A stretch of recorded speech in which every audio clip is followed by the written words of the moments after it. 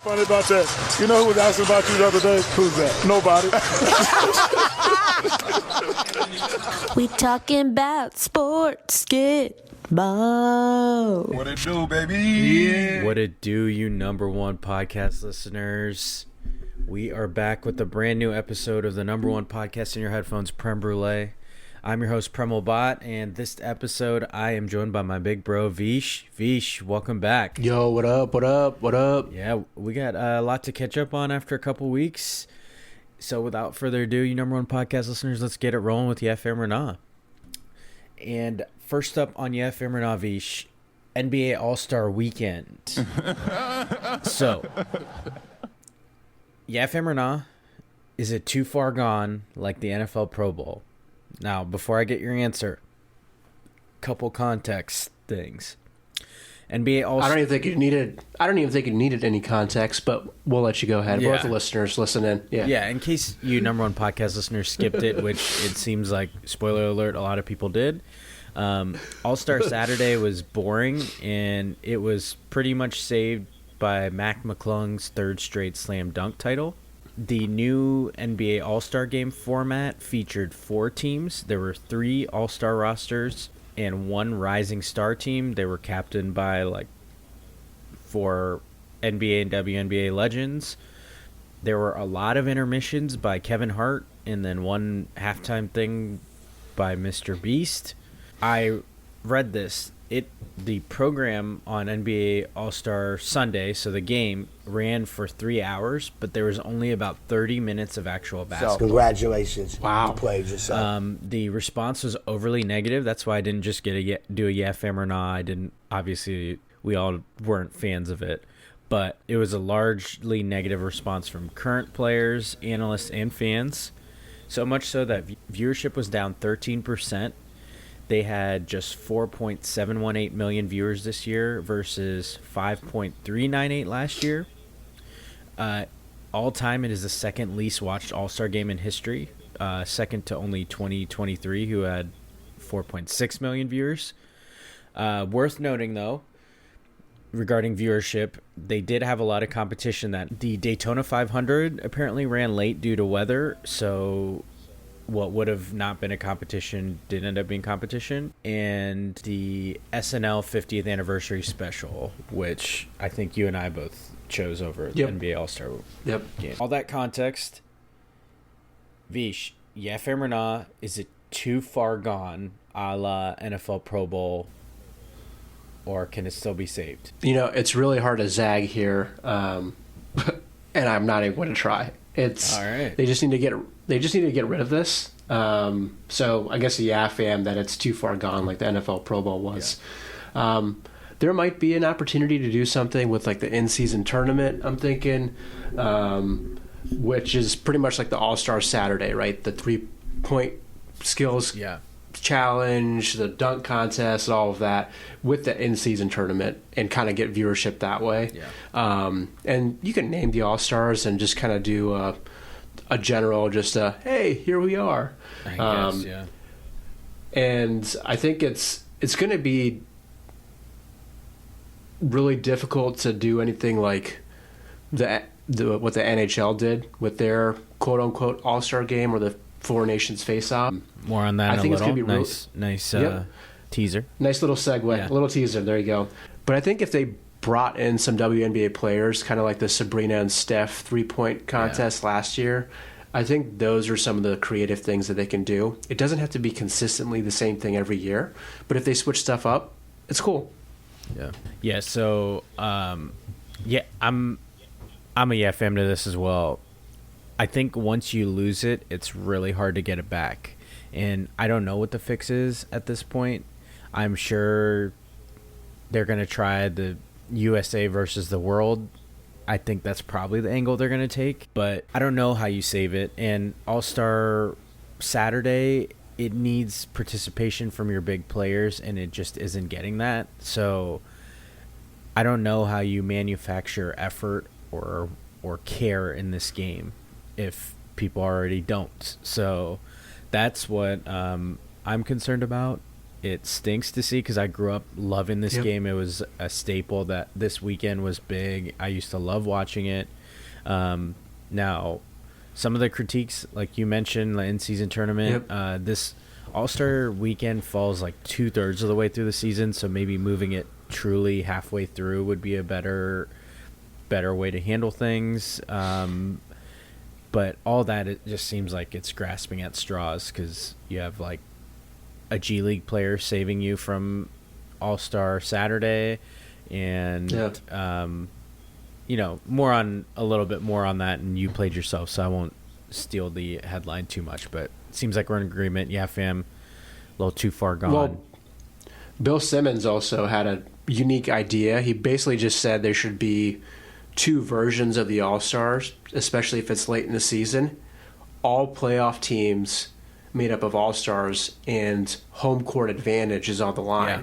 So you don't have the random players who are like, okay, we're not going to make the playoffs, we don't care. Yeah. But for you to actually participate in the All-Star game and actually have not just money on the line, but something to or bragging rights, it's actually something where there could be a competitive advantage to have Game 7 or multiple home games in it. So he had a whole drawn out process, but that was the too long didn't read or didn't listen version. Apparently, I think the NBA is already considering alternatives to this format because I'm sure they heard it loud and clear that it was not a success, and the viewers didn't lie. Speaking of being an all-star and actually showing effort, let's talk Magic Mind, #1 podcast listeners. I'm getting good at this, you know. I recently had dinner with friends, and they talked about how much coffee and espresso they drink each day, how much they need each day. Enter the fine folks at Magic Mind. You already know how I feel about them, but #1 podcast listeners, I've talked about this before.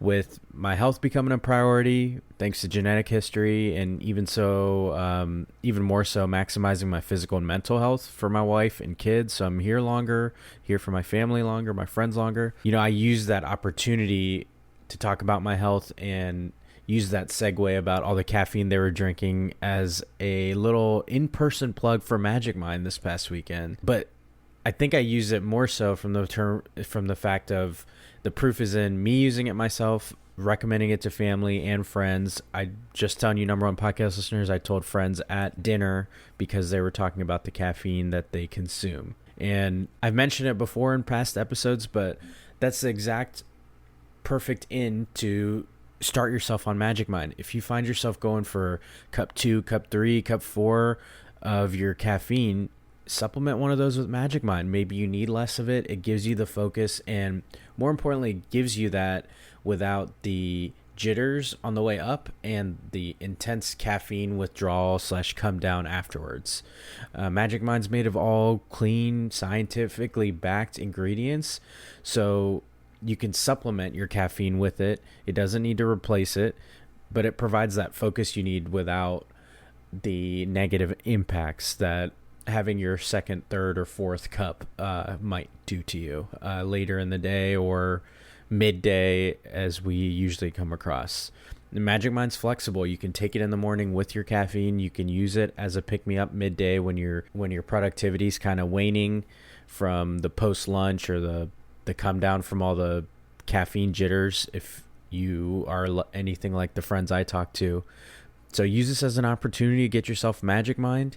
And you know, I wouldn't recommend it without taking care of y'all, #1 podcast listeners.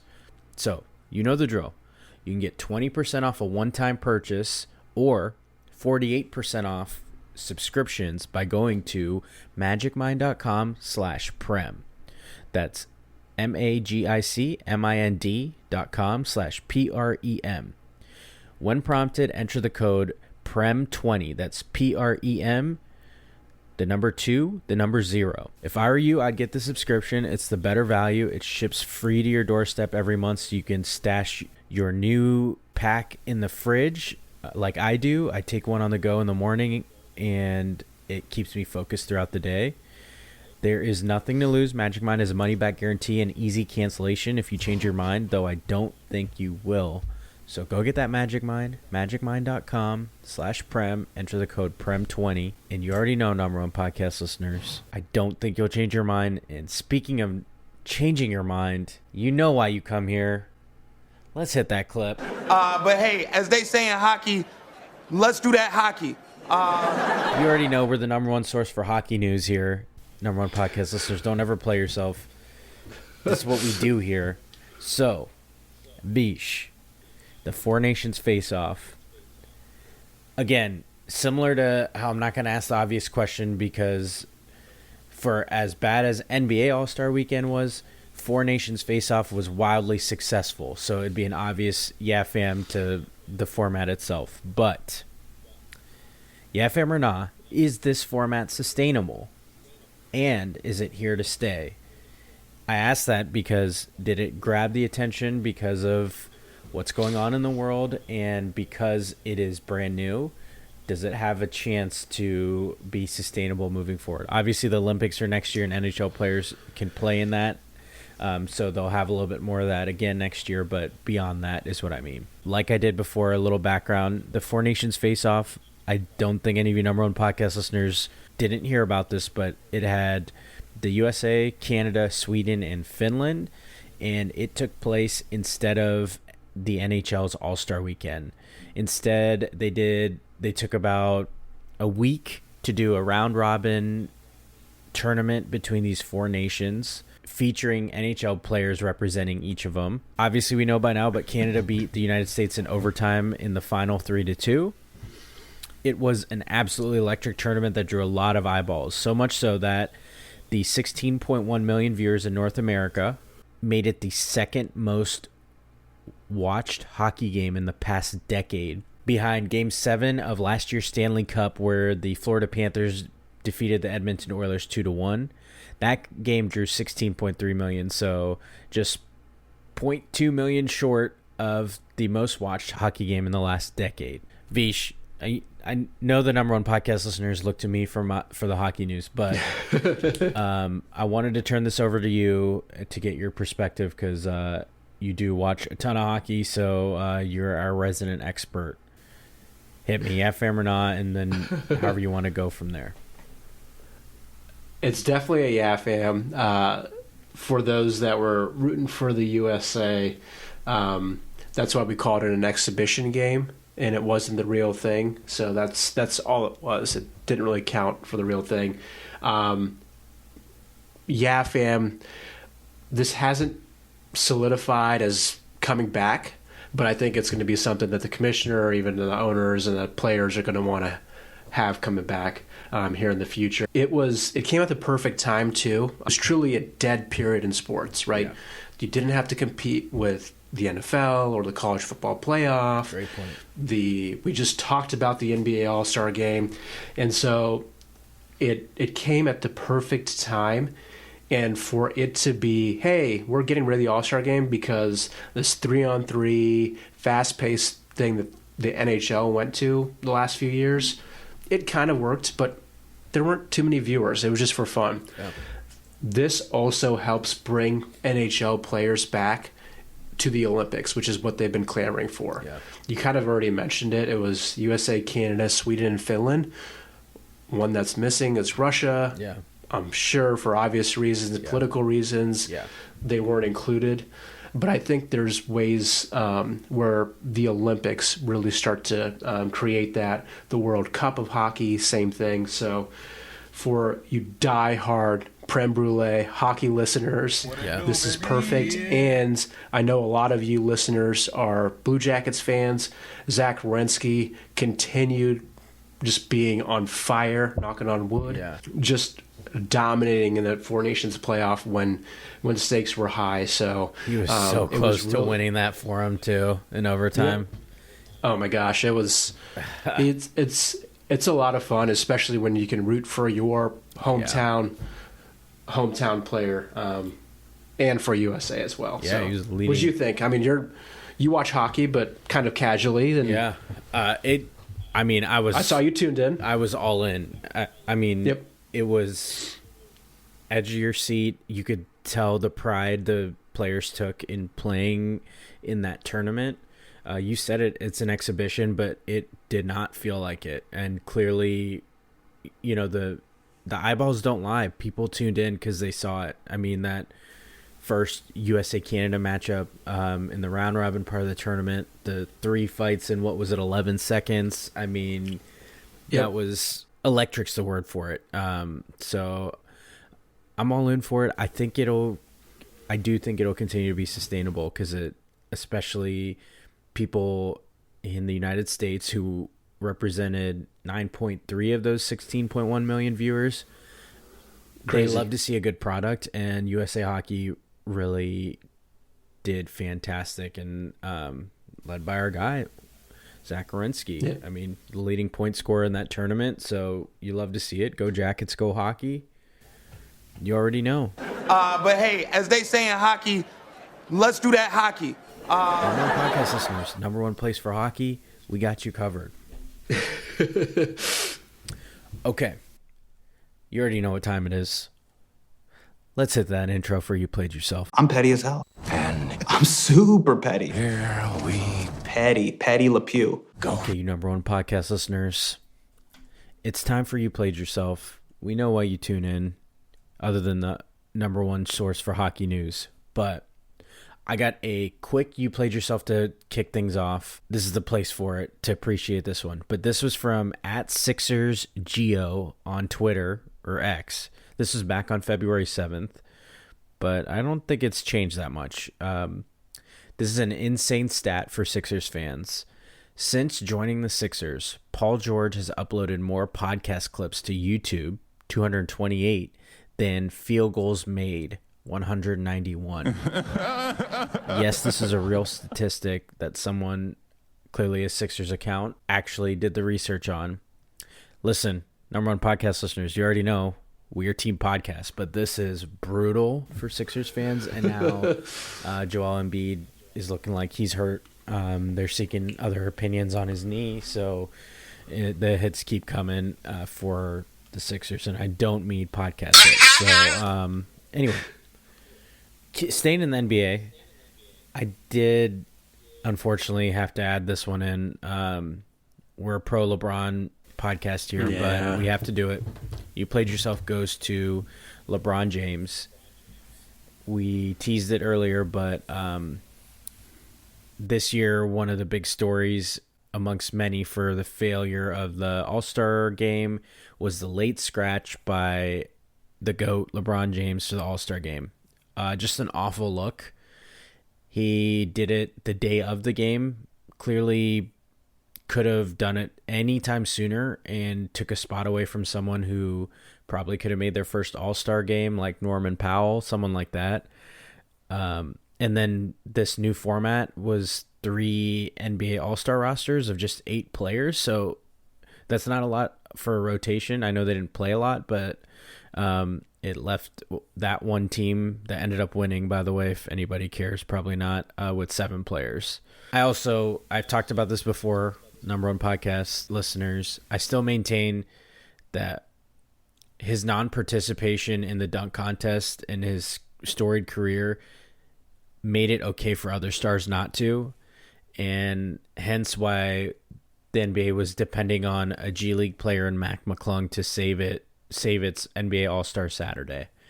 I think it set off that trend for the best dunkers, the best athletes, the best players in the NBA to not compete in the dunk contest.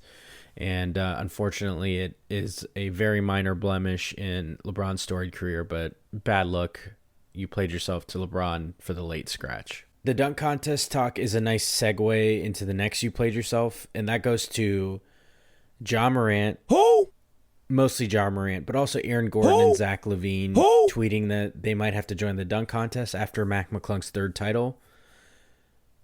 First of all, yeah, right.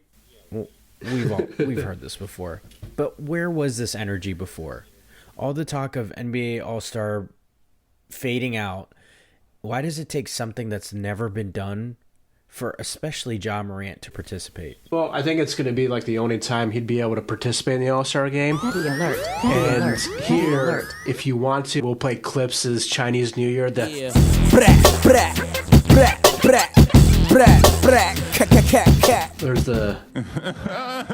So let's first let him see if he can just play in some back-to-back games. Look, I stay petty, so I looked it up really quickly for you guys. This year, he's played in 35 games of the 57 total games. The Grizzlies are doing fine, but for him, he doesn't look as explosive if you actually watch him in the NBA games. So maybe he still has it, but I think that's what this league unfortunately is becoming. Like we'll do this, and then come a year later, nothing happens. And I think, again, not to go back to LeBron, but I think it was back in 2009, All-Star Slam Dunk Contest was still pretty much in his peak, and he's like, yeah, I'll be back next year, and we still haven't seen it. So it sucks. I think LeBron would be fun and kind of bring eyes, and probably not at 40 years old than 15 years ago maybe. Yeah, it's too late now, I would think. Yeah. Yep. You want to cover this next? You played yourself, Vish? Yeah. This is kind of one of those end of the era, the walking with your head down, Charlie Brown music. So Alex Bregman, it took a while for him to actually sign a new deal, but he finally signed a big deal. I think it was like 3 years, $120 million with some opt-outs in between. So if he continues to produce, which he may just because of the big monster, it took him away from our beloved Astros and the core team. And I think I saw it somewhere, maybe you share this tweet in our chat, was I think Altuve is the only player left from the 2020 roster. Yep. So everyone else has left and brought in the big money. You had Springer, Correa, now Bregman, and even Kyle Tucker got traded earlier in the year. So it really stinks. I'm hoping that we can retool, retrade. But it sucks to lose him, especially because it was there for us, for the Astros. But what a time, though. 2017, 2022 World Series champs. Buzz, buzz, bang, bang. Bang, bang. Hit that hose mad. Amen. Hose mad. Hose mad. Amen.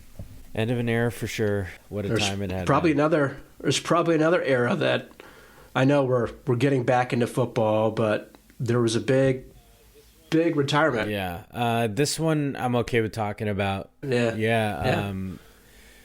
Speaking of that, Zach Martin is retiring. Zach Martin, legendary offensive guard for the Dallas Cowboys. Yep. I saw this. He earned first or second team All-Pro in every season he played at least 14 games in. That's insane. Zach Martin had 7 first-team All-Pros, 2 second-team All-Pros, and then the other 2 were that he played 10 games. So he never missed an entire season. It's just he missed part of it, and that was the only reason he didn't make an All-Pro. The part that you played yourself is the growing list of current and future Dallas Cowboys Hall of Famers that had no playoff success is growing and growing, and that is a very depressing thought. But drafting him in 2014 truly solidified the Cowboys line as one of the best for many years.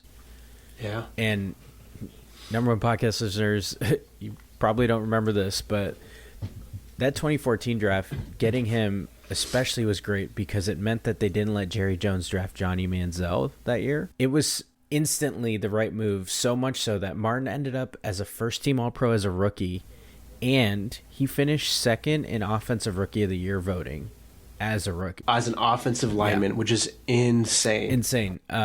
He was kind of the last piece of the Cowboys. The Cowboys started the process in, I think, 2009, 10, 11, getting Tyron Smith. And Zach Martin was the bookend of that and represented the Cowboys truly getting an offensive line. And that was the first little bit of me being convinced that's the recipe for success in the NFL, and I still feel that way because you're looking at the Super Bowl champs that had arguably the best line in the NFL in the Eagles, And the other team you could argue was the Detroit Lions, who were the number 1 seed and had the best record in the regular season in football. So that's ultimately what I feel is the recipe for success, and Zach Martin is probably the poster child for that.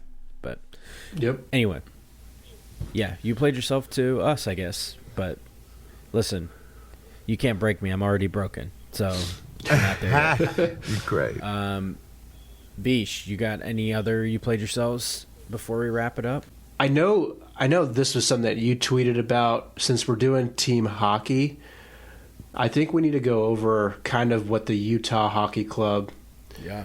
I think their top three names were going to be. Yeah. I'll let you do the honors, and I'll kind of throw in some. Yeah. So the Utah Hockey Club, which the Coyotes relocated to Utah, they don't have a name because it happened so close to the season, so they're going by Utah Hockey Club for this inaugural season there.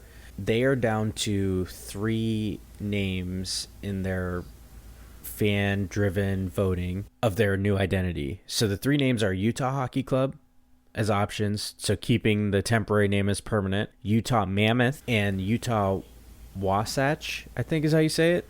I believe it's a mountain range in that area, so that's where they got that name. But the Wasatch name was the replacement because You Played Yourself goes to Yeti Coolers. Now, I'm not above this, Yeti. If you want to sponsor your boy, I'll take it back. But Yeti was one of the top 6 names that fans voted on. But as an SEG executive shared, Yeti Coolers LLC was ultimately unwilling to agree to a coexistence agreement. They confirmed that the Utah club confirmed that they're no longer pursuing Yeti as a potential team name. So that's where the alternative came in, because they couldn't work out a deal with the Coolers. So Insane. Yeah. You Played Yourself goes to the team voting. In my estimation, there's one obvious choice, and it's the Mammoth. This angle of going with like hockey club or football team or all these generic ass names has to stop. You old people have to stop interjecting these boring ass names and forcing it upon us. Please do the right thing in Utah and vote for Mammoth. And a real quick tidbit. One of my friends, number 1 podcast listener, Finoli, our guy, he did go to see his Jackets play in Utah, and that was one of the 4 games where they did in-person voting, and I did confirm that they did not check what gear he was wearing, and he did vote for Mammoth, so shout out him. Very nice. Shout out Finoli. Yeah. So you had one, You Played Yourself to the Utah Hockey Club. Then you had another layer on top of that to Yeti Coolers. Yes. Now I'm going to add a third layer to kind of borrow from another Houston legend, Vernon Maxwell. So if you don't know him, look him up. He hates Utah, always bashes them. So I am going to channel my inner Vernon Maxwell. All right. And a big You Played Yourself to the city of Utah. I would actually take Utah Hockey Club, ready, instead of any of the other professional or teams that are in Utah. Yeah. There's the Utah Jazz, because Utah is the jazz capital of the world, right? Even the college team is the Utah Utes. Okay? Yep. So, in the grand scheme of things, Utah Hockey Club is a pretty good option compared to the other ones. Not a bad argument. So, there you go. There you go. All right, number 1 podcast listeners, let's move on to Am I Hatin'? Keep in mind, we're still waiting on a great soundbite for this. If you have any suggestions, number 1 podcast listeners, hit us up. Also, if you want to be featured on Am I Hatin', if you have an idea for us, please hit us up on social media. You know how to get a hold of me. We'll feature you on Am I Hatin', and we're happy to, because we know you guys have things out there that you're clearly hating on, but this is a safe space. Okay, my Am I Hatin' for this episode is one-uppers. We all know one in our lives, but them having something to add to everything. Every conversation does not have to be about you. someone can tell you a story without you interjecting what it means to you or how your life experiences connect to it. So I don't think I'm Hatin. I feel like a lot of people know someone like this, whether it's at work, personal lives, or whatever. But if you're a one-upper, just ask yourself, is this really adding anything to the conversation by you saying something you think is related but is more just self-serving? Vish, you got any? Yeah, so to one-up you on that one-upper thing, we all like to interject in stories and like to say we're listening, and sometimes you play things back, and we all do a good chance of one-uppers, but I really love that. The one thing that I want to add on top of what you already said, 100% agree. We all do it. We're all a victim to it, but there are certain people that just are ruthless in it. Are you sure you want to do it that way? Yeah. What the fuck do you mean? Yeah. Do I want to? Or here's how I did it when I had the same situation. Yeah. Yeah. Yeah. The one part that I wanted to add for Am I Hatin' is we got to stop using the word chai tea. Chai tea latte, iced chai tea. I don't know if this has been on it could be immediate retirement. It could be on you played, whatever it might be. But we're of Indian descent. Yeah. But really, it's either chai or tea. It's not both. So yeah, same concept as saying non-bread. Don't ever play yourself and do that, please. That's just not bread. Don't ever do it. That's another good one. Yeah. Okay, number one podcast listeners, it is time for Who You Got and What You Feeling. So I wanted to recap a couple ones from past episodes because you're here and we didn't talk about this actually yet, but you and I, last time we were on, talked Super Bowl and who we thought would win the Super Bowl. So I did want to come back to that. You took a big leap and went Bills over Commanders. It's just the exact opposite. Opposite of what happened. I took the obvious pick, Chiefs over Eagles. I was also wrong. Now, Roche and I did another episode after the Luka trade and talked a little bit more about it, but Roche was saying either the Eagles win or we all lose, but he thought the Chiefs were going to win. I also kept my pick with the Chiefs over the Eagles, but who cares? Go Team Snacks. Go Kendrick Lamar halftime show. Neither one disappointed. Yep. The result was the Eagles won big over the Chiefs. They won so big that we didn't even add it to yeah, firm or not. That's how big they won.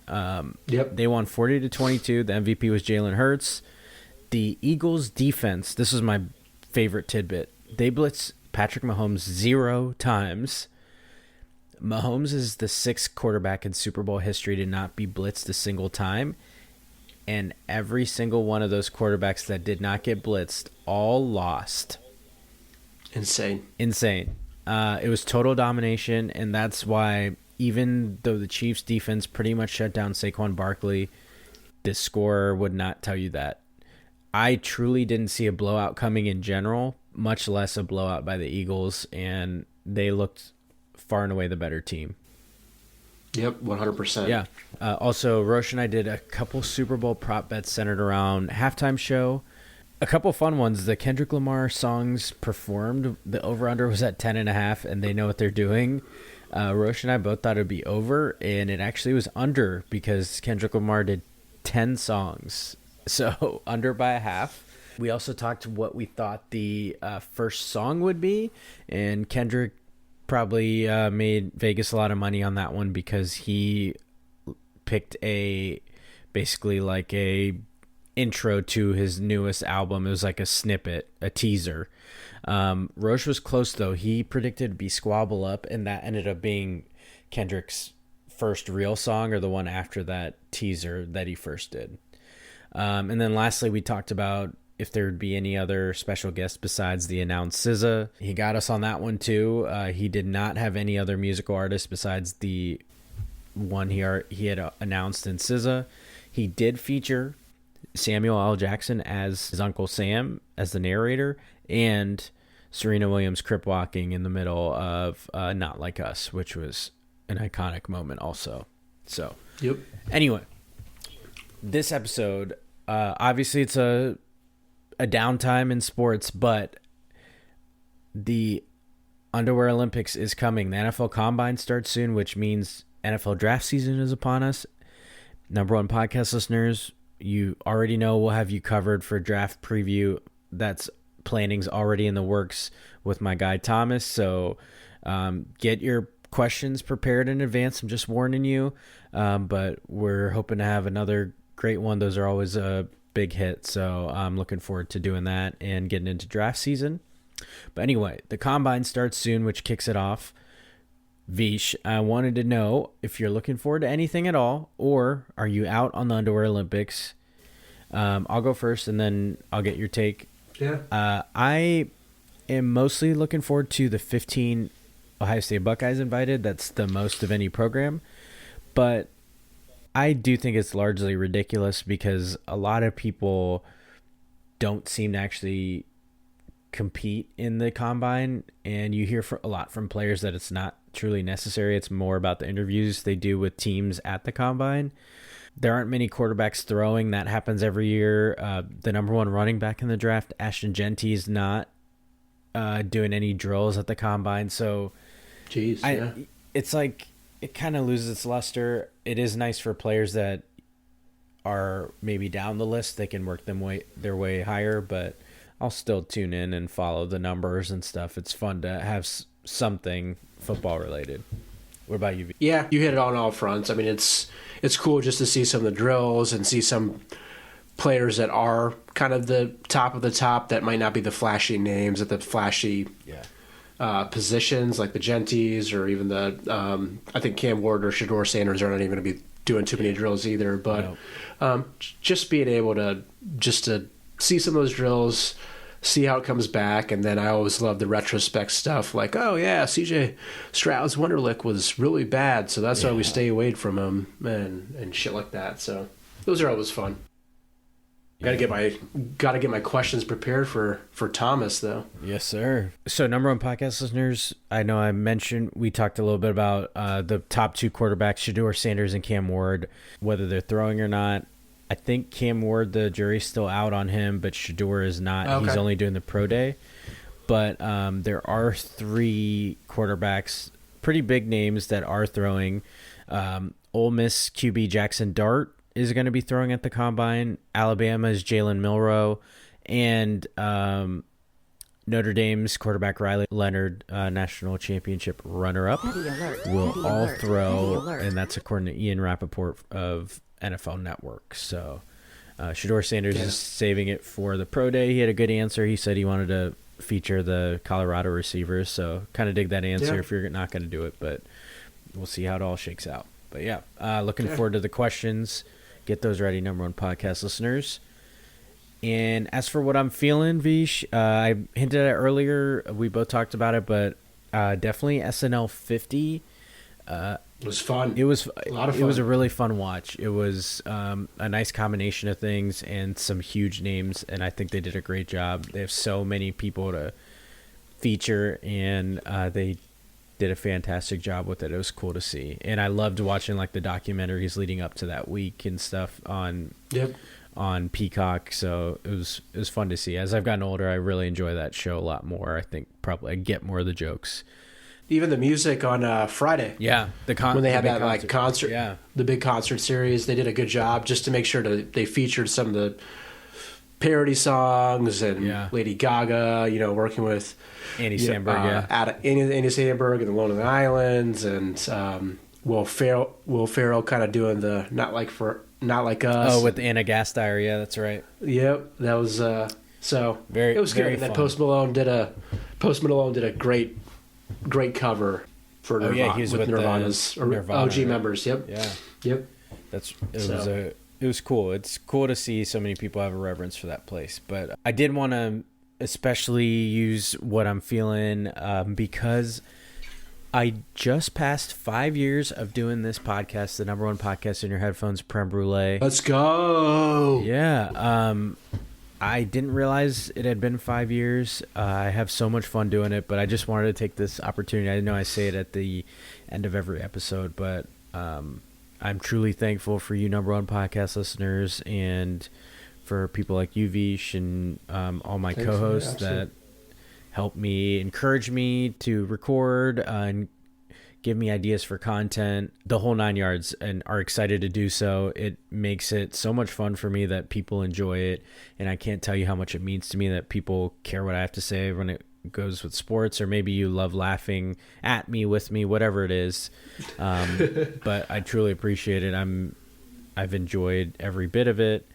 The editing takes a long time, but it's for you, number one podcast listeners. So I power through it, but I can't believe it's been 5 years. It feels not that long and longer at the same time, but I just want to say that's what I'm feeling, and I'm appreciative of you, number one podcast listeners, for making it possible. All the people I've worked with, from having merch, like the 2 iterations of hats, which I'm probably due for something new and special. Feel like we're overdue for that. From people like that, to the sponsors, to especially my co-hosts, like I already said, and most of all you number one podcast listeners. So 5 years of this, and I'm still enjoying it. So more to come, more petty alerts, more hot takes, more spiciness. We're not going anywhere, but just wanted to take the opportunity to tell you thank you for the 5 years so far. Yeah, for sure. Can't believe when you started this, you were still in your 20s. Crazy. That's weird to think Isn't about. that crazy? I think it's a huge testament to you and your commitment to making people laugh a lot along with you, sharing your misery, especially with the Cowboys, but also be here for your highs, with the Astros winning in 2022, and the 5 Bhatt cousins and all of us, all brothers, were on here, which was probably one hell of an editing thing, to even more recently, the Buckeyes winning the national championship. So being able to share and understand, and you just have a great way of storytelling. So huge shout out to you and inviting people in your lives. Yeah, thank you. More to come, and I know some of the non-sports episodes have been hits, so I'm trying to brainstorm how to incorporate those some more too for the number one podcast listeners that might not be as sports interested or inclined. So thank you. Thanks for saying that, and appreciate you, Vish, for co-hosting on here. It's fun. It's fun getting to do with people you love. So yeah, 100%. Love you, man. Love you. On that note, let's wrap up this episode with Too Much Sense. Number one podcast listeners, let's hit it. Okay, this episode's Too Much Sense is about closure. If you're looking for some closure, usually it happens in terms of relationships, friendships, maybe it's family, maybe it's a significant other. But I just wanted to issue this reminder that the lack of respect can be the closure. The lack of apology can also be closure. The lack of care, accountability, and honesty, it's all forms of closure. I think we look for this perfectly buttoned up closure scenario that ends in a way that you're satisfied, but it can hang us up from moving forward because we're hoping for something that's an idealistic scenario that's probably not realistic. Closure can be protecting your peace by accepting the bad treatment you might have got. You don't need an aha or told you so or explanation even. I think the actions can speak for that closure, and you probably don't need that extra little bit that you're looking for in an ideal world, because it probably isn't going to come, and it's going to prevent you from moving forward. So that's my Too Much Sense for this number one podcast listeners. Speaking of closure, this episode is coming to one, but I do want to remind you, do not forget about that Magic Mind. magicmind.com/prem. Enter the code PREM20 to get up to 48% off your order. Don't play yourself. Hop on that Magic Mind.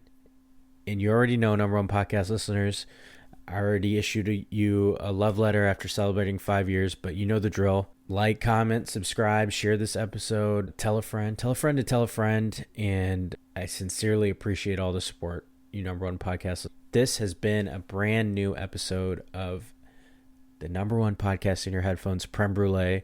I've been your host, Premal Bhatt. That's been my co-host, Vish Bhatt. Thanks for joining me, big bro. Absolutely. And you number one podcast listeners, we'll talk to you next time. Peace.